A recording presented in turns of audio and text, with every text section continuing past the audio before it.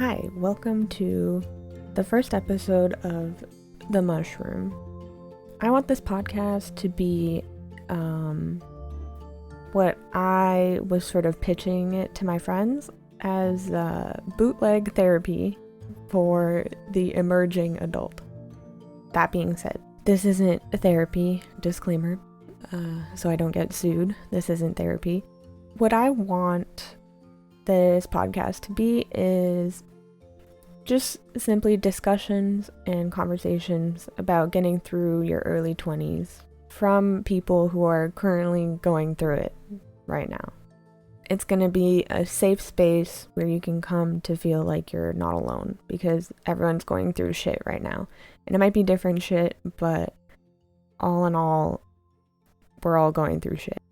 I feel like there's a gap in the podcast world for this sort of thing.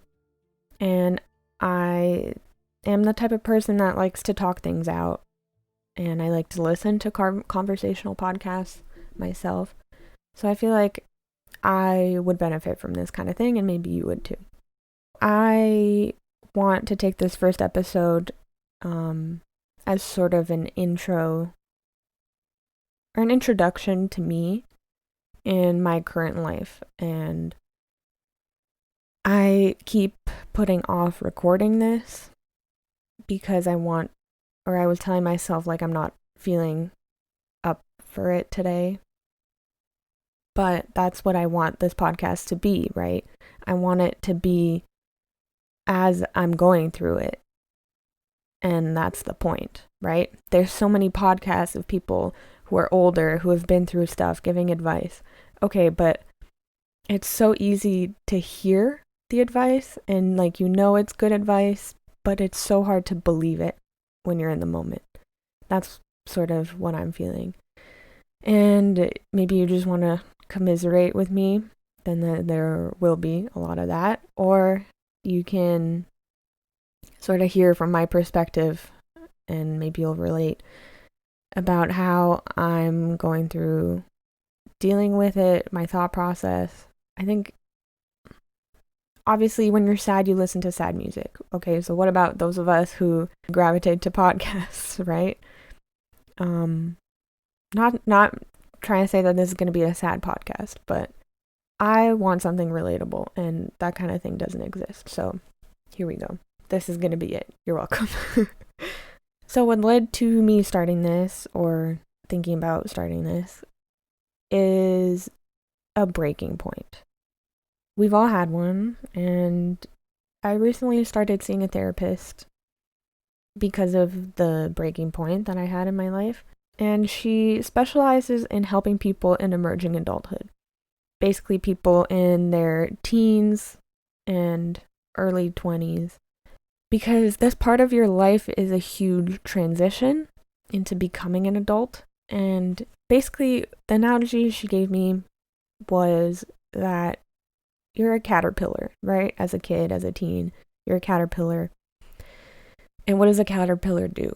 It goes into its cocoon and disintegrates into mush before it rebuilds itself into a butterfly.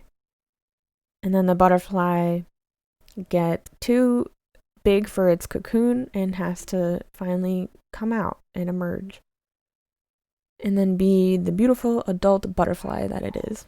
I told this analogy to my friends, and they completely related. They said, yeah, I feel like I am mush right now. I am disintegrating. And that's why we're going to be here in the Mush Room, and we're going to talk about it. So obviously I had a breaking point, like I mentioned. And I want to talk about this breaking point as the first episode of the podcast to introduce myself to you and give backstory for why this even exists. So about 2.5 weeks ago, 2 to 3 weeks ago, I had a very significant breakup. And I was broken up with, and that ended a 2.5 year relationship that I had with my boyfriend at the time. We had started dating in our 3rd year of university, and just now, as we're both finishing our 1st year of our masters, he decided that he didn't love me anymore, and that he had been falling out of love with me for a while, and that he thinks that it's best if we break up. And I gotta say, it was not fun. It was not fun. I had trusted him with my life. I don't say that lightly. I think from my perspective, we were best friends for 2.5 years. I texted him all day, every day. Well, we texted each other. It was one of those relationships where you're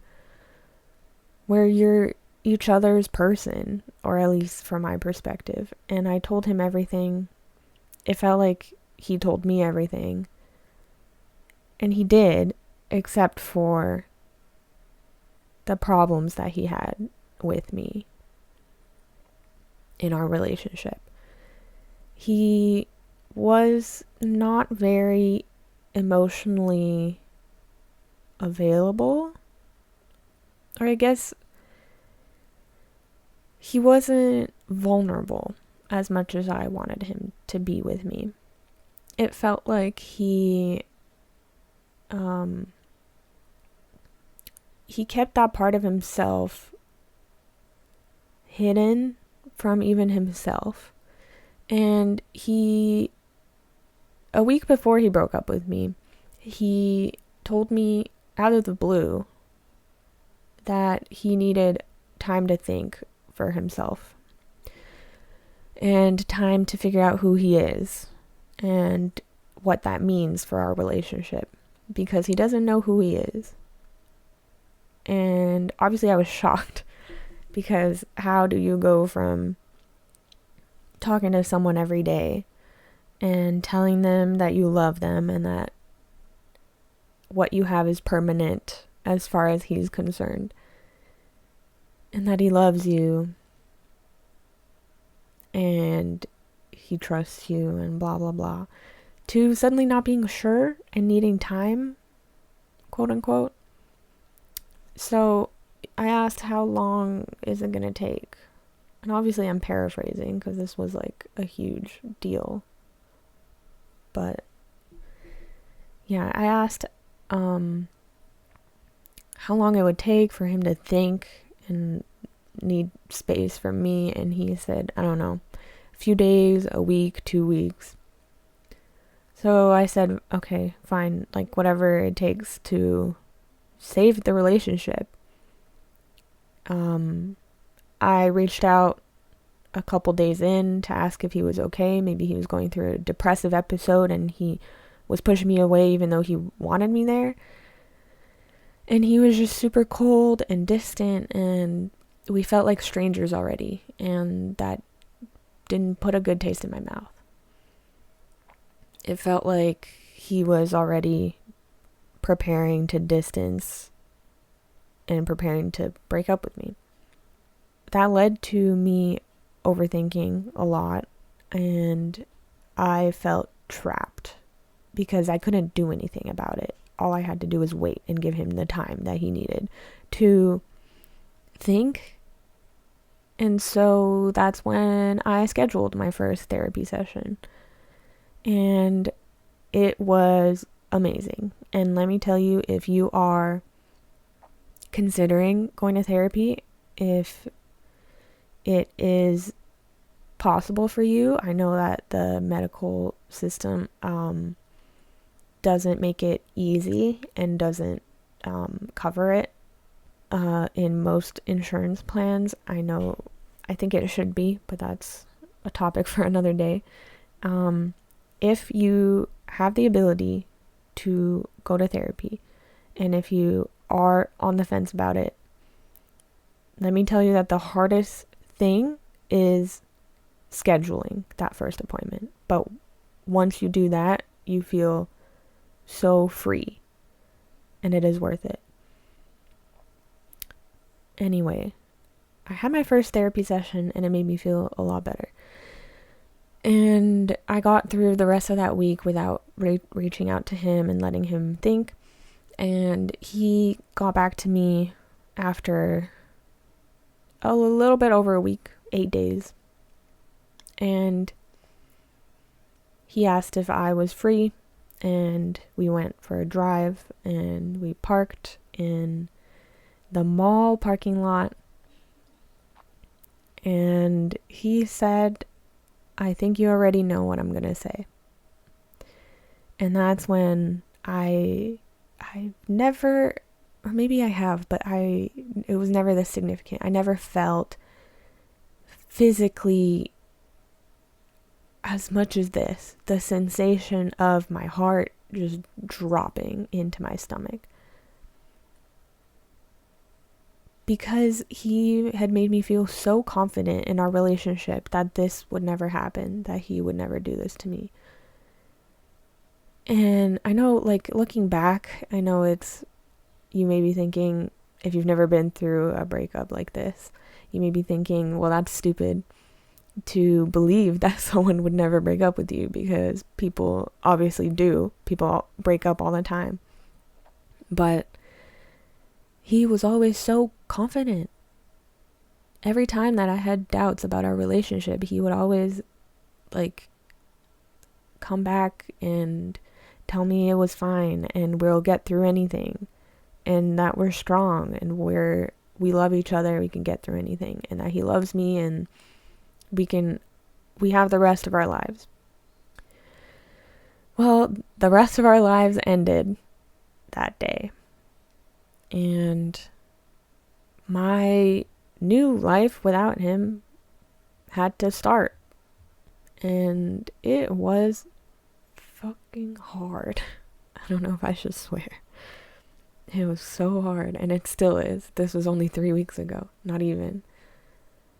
It was so hard to grasp the idea that he didn't want to be with me anymore. Like, we were in the car, we were laughing. Even as he was breaking up with me, we were so friendly. I was like, how can he not see that we're meant to be if we are still so, we get along so well. We get each other. Like, no one knows me as well as he does, and I don't think anyone knows him as well as I do. He gave me a lot of reasons, and I think all of them are a little bit true, and I don't think any of them is fully the reason. But it was sort of inevitable, looking back. As much as I want to think that we were so good together, there was a lot of doubts. And I thought I was the only one having doubts, but he was too. And he just wouldn't tell me. It's like the typical, like, early life relationship where, and we're both 23, but this was our first serious relationship where we were so close with each other's families, and both sets of parents believed that we would be together and that we would get married and have kids and be happily ever after. That it was that kind of relationship. Like, I was there for 2 Christmases, one Easter because of COVID, like grandma's birthdays, Mother's Day, Father's Day, Halloween, Valentine's Day, like every holiday, every family holiday, I was there and he was there. And all of a sudden it was all over. And it was, I think mostly, the most prominent reason was he had doubts and he was scared. And he had never dated much outside of, like, long-term relationships. He kind of jumped from one to the other to the other. He was never on dating apps. He never tried to, like, just date around, I guess. And also, like, I was the first serious relationship, and he just thought, I guess, and he told me this too, so I'm not just assuming. He said, I don't think that what we have is that rare. Every time that you say that you believe what we have is rare, I don't believe it. And obviously that stung, but I had always told him that I just want the truth from him, no matter how brutal it is. I'm the kind of person, I would just want the truth.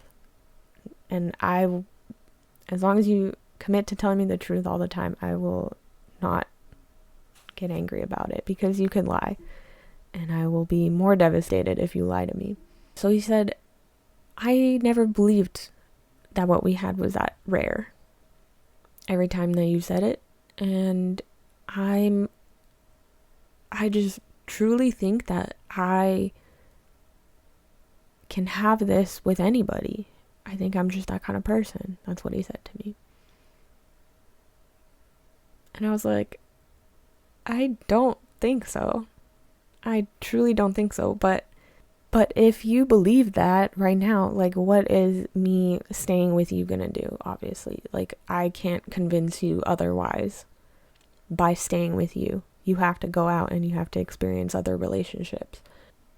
And that part made sense to me. But then he said that he hasn't been single in a long time. He doesn't want to start dating anybody else exclusively. There was no one else, he said. Even though I didn't fully believe that either. He had told me a couple days before that he had started texting with an old high school friend, a girl. And he said it was all platonic, but when I asked to see the conversation, he would scroll really fast over it. And I was like, well, why are you doing that? Because it looks suspicious when you do that. And he said, oh, because I know how your crazy mind is going to interpret things that are platonic. And I was like, you know what you're doing. I'm not stupid, but okay. I told him that it made me uncomfortable, but I didn't want to be that kind of girlfriend who tells you not to text somebody. If they're your friend, I think that has to come from you. Anyway, he said he didn't want to date after our breakup. He said he's going to take some time to be single. But when I suggested, like, oh, so you're going to, like, go on Tinder, he was like, oh, no, Tinder's not for me. I'm not a Tinder kind of guy. I was like, well, then how are you going to be single and, like, date around? How are you going to find people? Like, bars are closed. It's COVID. Clubs are closed. You already know everybody in your lab, in your department, like, because we're getting our masters. You're not going to meet new people in any other way. And he said, oh, kind of brushed it over it. And then, so we parted ways. We were on good terms. We even, like, hugged when he dropped me off at my house. And I felt horrible, obviously, but I didn't hate him. Because to me it made sense, right? I mean, it made sense in, like, a messed up way where, yeah, it wasn't fixable. Except for, I kept thinking, like, if I had these doubts, I would stay and I would fight. Or at least I would have brought them up earlier, before they got so big. And I just held all these grudges towards him, but I couldn't hate him for it, because he was just doing what was right for him, I guess, and for me in, like, a roundabout way. I don't know. So then fast forward, like, oh yeah, so we had also made plans to exchange each other's things, and, like, maybe get lunch or something, because we were on good terms, And then fast forward, like, a week later, we get lunch, we go and get Wendy's, we sit in the parking lot, we talk, it's fun, it's whatever. I told him I got on Tinder just to like get my spirits back up again, get some attention, you know, because I just feel rejected and cast aside, and I just need like male attention again. And he was fine with it, or so he seemed. And we just talked and we laughed, and then he told me that he's still talking to that girl, the high school friend. And he said, oh, but don't worry, it's platonic. We're just talking, and I'm trying to like make friends, make new friends, and talk to people. And I've also reached out to male high school friends, and I'm just trying to like build a new friend group. And I was like, okay, I don't fully believe that, but fine. And I asked him, like, I looked him straight in the face, and I was like, tell me, just tell me, because you can tell me now, and I'm not trying to get back together with you. Just tell me, is there somebody else? Is that why you broke up with me? Because I still couldn't piece together why you would let something go. Something that you knew was so good. And he said, no, there's nobody. And I guess I believed him because I trusted that he would tell me the truth, even post breakup. And then we left again on good terms, whatever.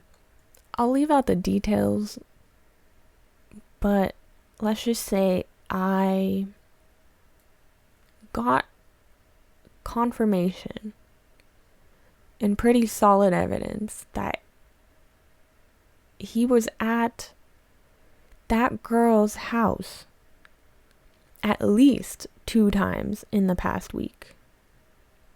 The week that we broke up. After he told me that he wanted to be single for a while and not see anybody. And he kept saying that the breakup had nothing to do with her, nothing to do with him seeing anybody else or wanting to pursue anybody else.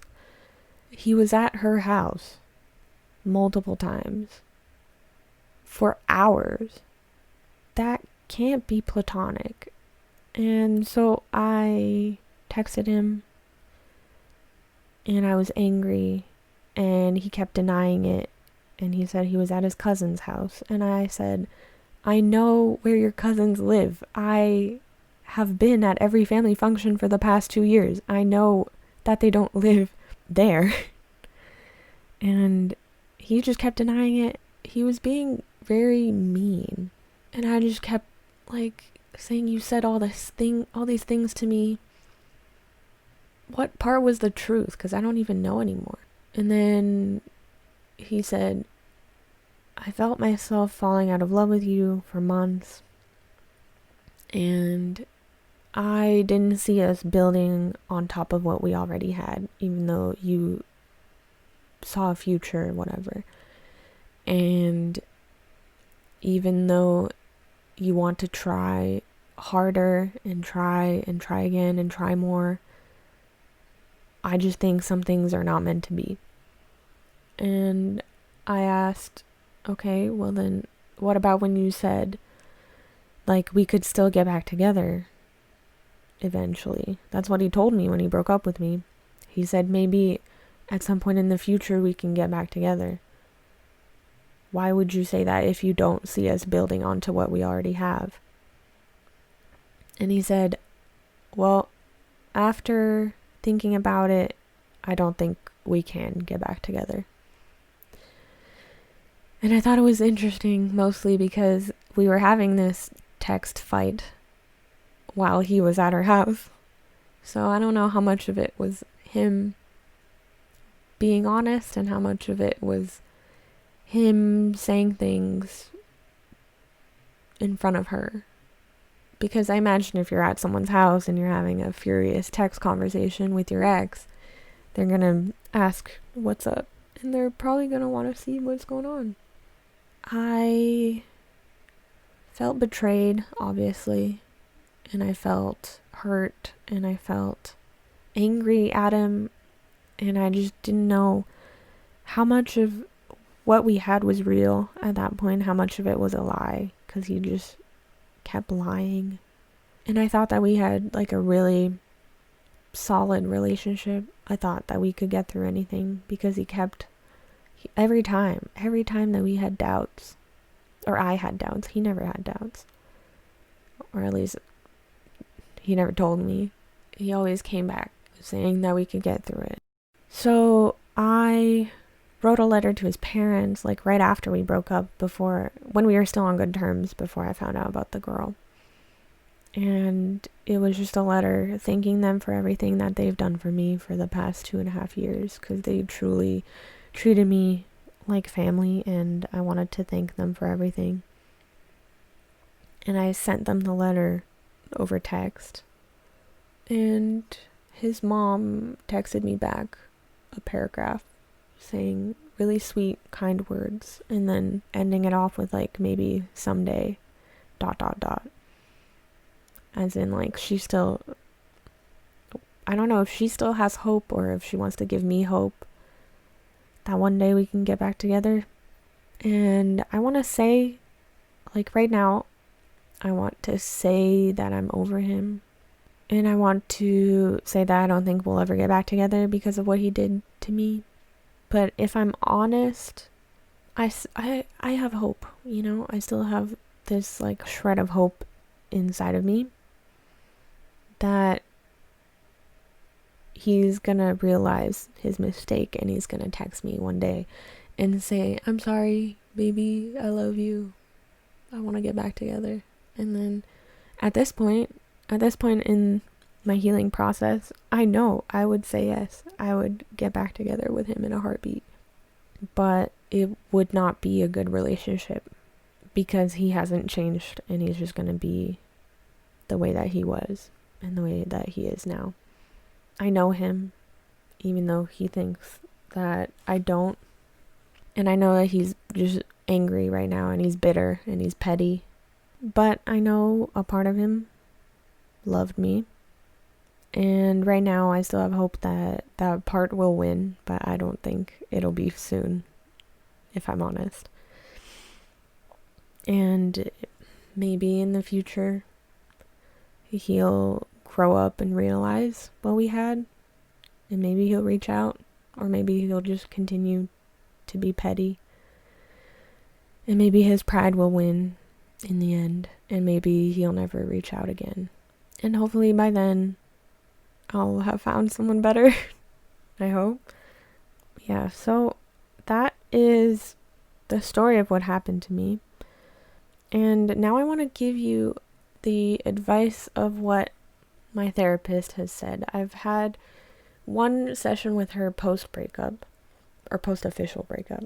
She tried to explain his thought process to me because I was mostly just, I felt blindsided and I wanted answers from him. So she tried to like provide me with some kind of explanation.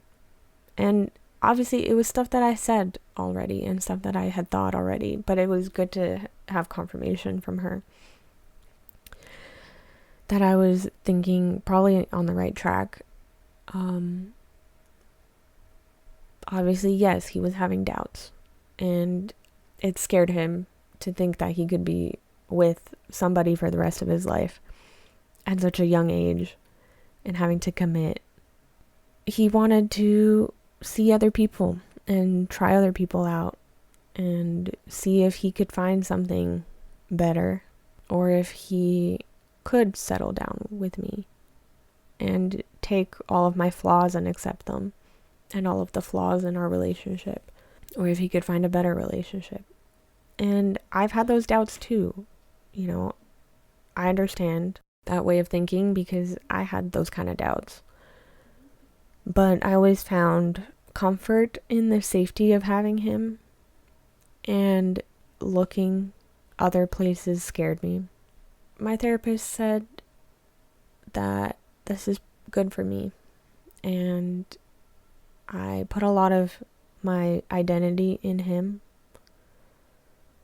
and it's good for me to to be out of that relationship because it wasn't sustainable, and I need to find who I am on my own without a significant other, so that I can just stand on my own 2 feet without him or anybody else. Because being dependent on someone, I mean, obviously, like, I have friends. I have really, really good friends. I have a career. I have family. I have interests outside of him. But I put so much of my self-worth into our relationship and what he thought of me, and the fact that he loves me and he's willing to spend the rest of his life with me. I was like, okay, well, that means that I am worth it. And looking back, I wouldn't have admitted it at the time, but looking back, it is true. And I need to just go back to who I was when I was single. Last time I was single, I was 20. And I don't know, I'm not that person anymore right now either. And I need to figure out who I am, who single me is now at 23, and who I'm gonna be. And I gotta become a whole person myself before my next relationship, hopefully, if I want that one to turn out good. So she also told me, because during a lot of my 1-hour session with her, I was feeling guilty about missing him because he hurt me and he betrayed me. And I kept saying things like, this is so stupid to say, but I just miss him. And she said, like, this is a grieving process. You lost someone who was so close to you. Even though he left, it's basically like death. It's death of a person that you had in your life. And the grieving process, like, everyone knows, like, the stages of grief, right? I forget what they are, but it's commonly depicted as a linear process.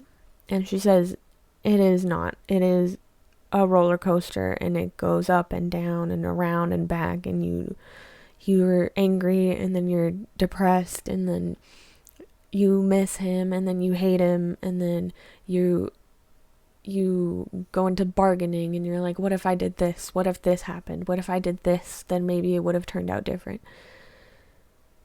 And then you go back to being angry, and then you're sad, and then finally, eventually, there's acceptance, but then you might go back, and every so often, you'll think about it again.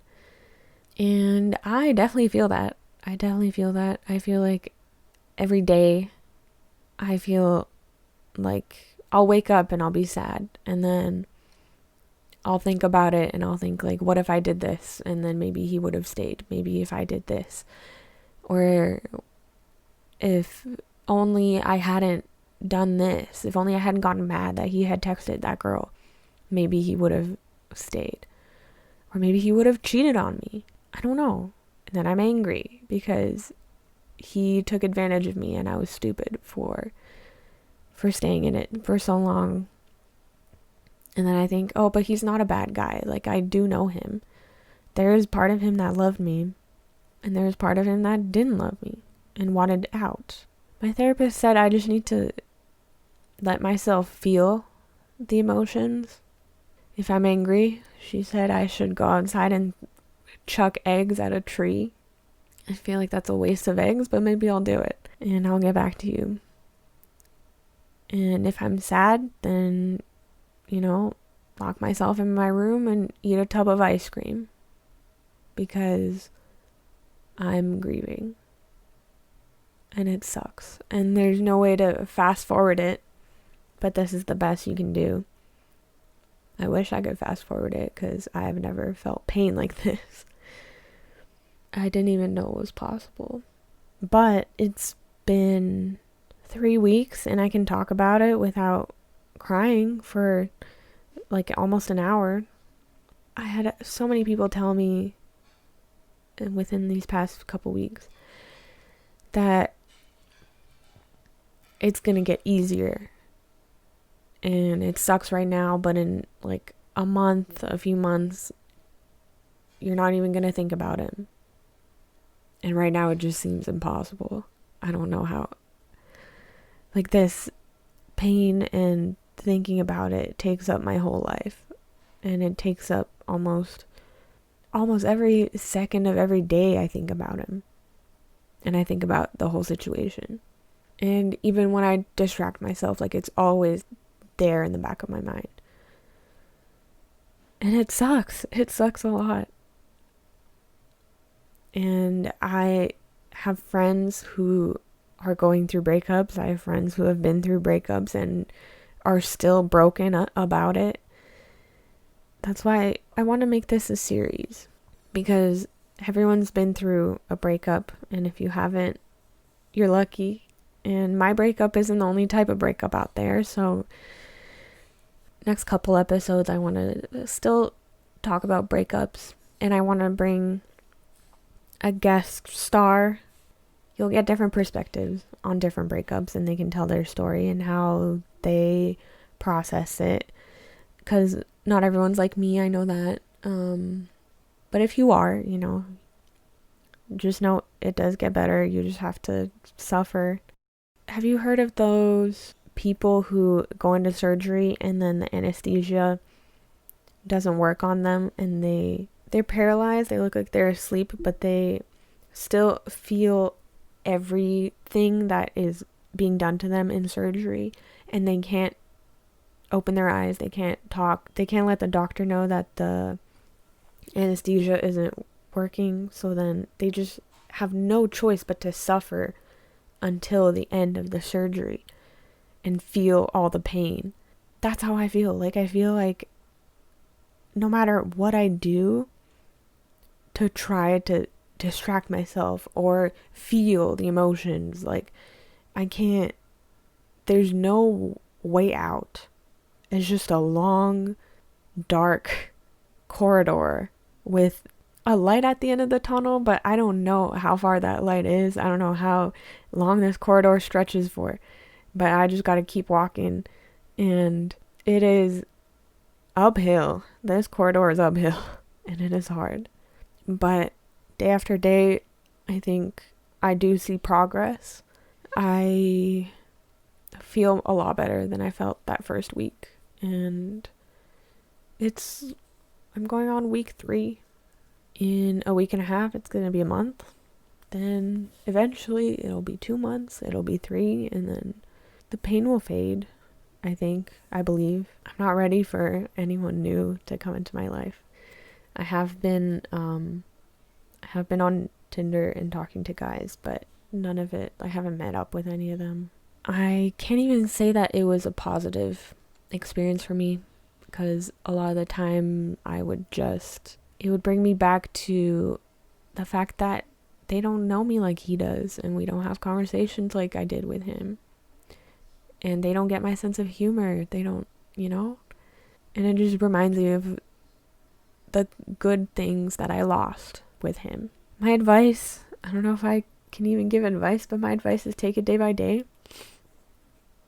Do things that make you feel good. Whether it is going on Tinder, sometimes that did make me feel good. But sometimes it made me feel drained and sad. And those days, I just closed the app. If you want to eat ice cream, at this point, honestly, I don't even care about my weight, getting fat, whatever. I lost a lot of weight after this breakup in a short amount of time, because I had no appetite and I just wanted to die, honestly. So I lost a lot of weight, so now I don't really feel guilty eating ice cream just straight out of the container when I feel like it, or ordering a burrito when I want one, because as cheesy as it sounds, I deserve it, and you deserve it, and you need to take care of yourself, and you need to treat yourself as if you are your own friend, and be compassionate, and be patient, and feel feel what you're going through. If you're sad, just be sad. But also don't indulge the overthinking. Don't try to think about what if this, what if that, because it is what it is, and you're not going to change what happened. If you did get back together, obviously the problems would not be solved. So people just need time. They need time to figure themselves out, and whether it ends up being a good outcome in terms of the two of you getting back together, or it ends up, you find people who are better for you than you were. You have to change. They have to change. You have to grow up. And obviously it wasn't right at the time. So a couple weeks, a couple months is not going to change people. That amount of time doesn't change people. So you can't expect that he's just going to come back. This is like I'm talking to myself now. You can't expect that he's just going to come back and everything's going to be fine, because the relationship was not right for now. And maybe it'll be the right thing for the future, but right now you can't think about that. You just have to move on. And do you. And it'll get easier. It'll get easier, maybe not day by day, because sometimes it's 1 step forward, 2 steps back. Sometimes it's 2 steps forward, 3 steps back. But in the end, I think week by week, it gets easier. And I'm still fresh. And coming from me, it's a little bit of a lie that I feel good. But I don't feel as bad as I felt, And it's a long, dark, scary uphill corridor, but if you look back, you'll see how much progress you've made. So just think about the journey. Think about how strong your calves are getting by walking this uphill corridor. Think about how strong you're getting, okay? This is your opportunity to fall back in love with yourself. Do things that you love. Whether it's things that you did with that person, or it's things that you didn't do because that person didn't want to do them. Do it because you like to do it. Become a better version of yourself and just focus on you. I took a drive the other day by myself after school, and I drove for over an hour, and I listened to sad music, a sad playlist that my friend made for me. And I just indulged in the sad, and I cried, and then I felt better.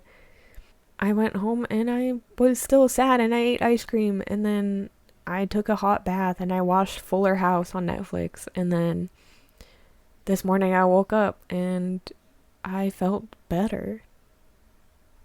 And then maybe I'll feel worse tomorrow. But if you don't go through rough shit, how are you going to become a person?